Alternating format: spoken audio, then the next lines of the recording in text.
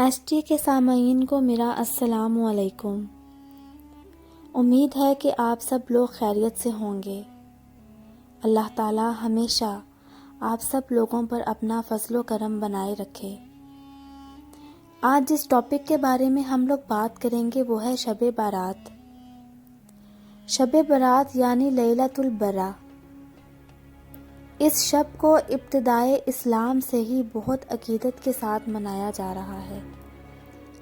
لفظ شب فارسی زبان کا لفظ ہے جس کے معنی ہے رات، اور برات عربی زبان کا لفظ ہے جس کے معنی ہے آزادی۔ اس رات کو شب برات اس لیے کہتے ہیں کیونکہ اس رات میں اللہ تعالی بنو کلب کی بکریوں کے بالوں کے برابر لوگوں کو جہنم سے نجات دیتا ہے۔ اللہ تعالیٰ بہت رحیم ہے، بہت کریم ہے۔ وہ اپنے بندوں کو بخشنے کے طرح طرح کے بہانے ڈھونڈتا ہے۔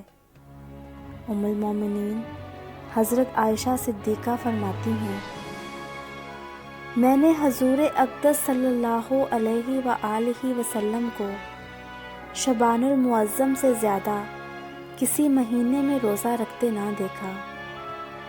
سامعین محترم، شعبان المعظم کے روزوں کی بہت زیادہ فضیلت ہے۔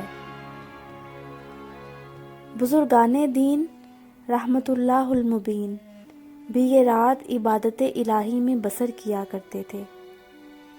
بزرگان دین شعبان المعظم کی 15ویں رات اچھا لباس پہنتے، خوشبو لگاتے، سرما لگاتے اور وہ رات مسجد میں جمع ہو کر عبادت کیا کرتے تھے۔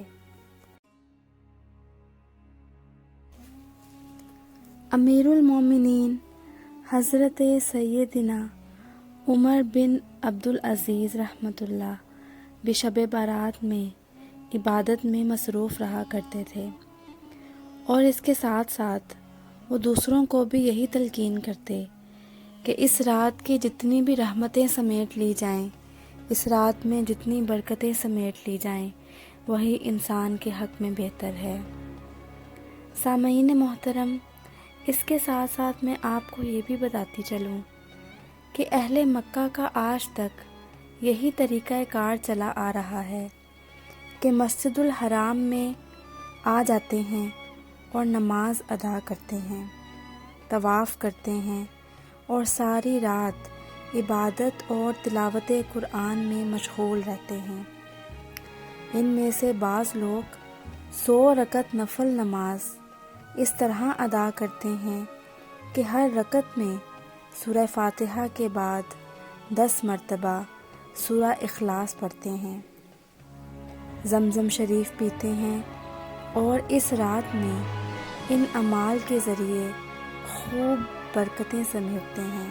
سبحان اللہ! یہ رات ان لوگوں کے نزدیک بہت زیادہ قیمتی تصور کی جاتی ہے، اور بلا شبہ یہ بہت قیمتی رات ہے۔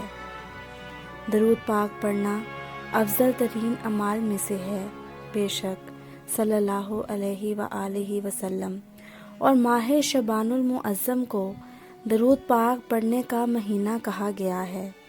چنانچہ امام قسطلانی قدس فرماتے ہیں، بے شک شعبان کا مہینہ نبی پاک صلی اللہ علیہ وآلہ وسلم پر درود شریف پڑھنے کا مہینہ ہے۔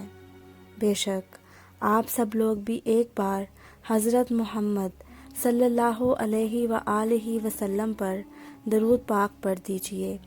قرآن کریم کی ایک آیت میں اللہ فرماتا ہے، ان اللہ وملائکتہ یصلون علی النبی، بے شک اللہ کے فرشتے حضور پاک صلی اللہ علیہ وآلہ وسلم پر درود پاک بھیجتے ہیں۔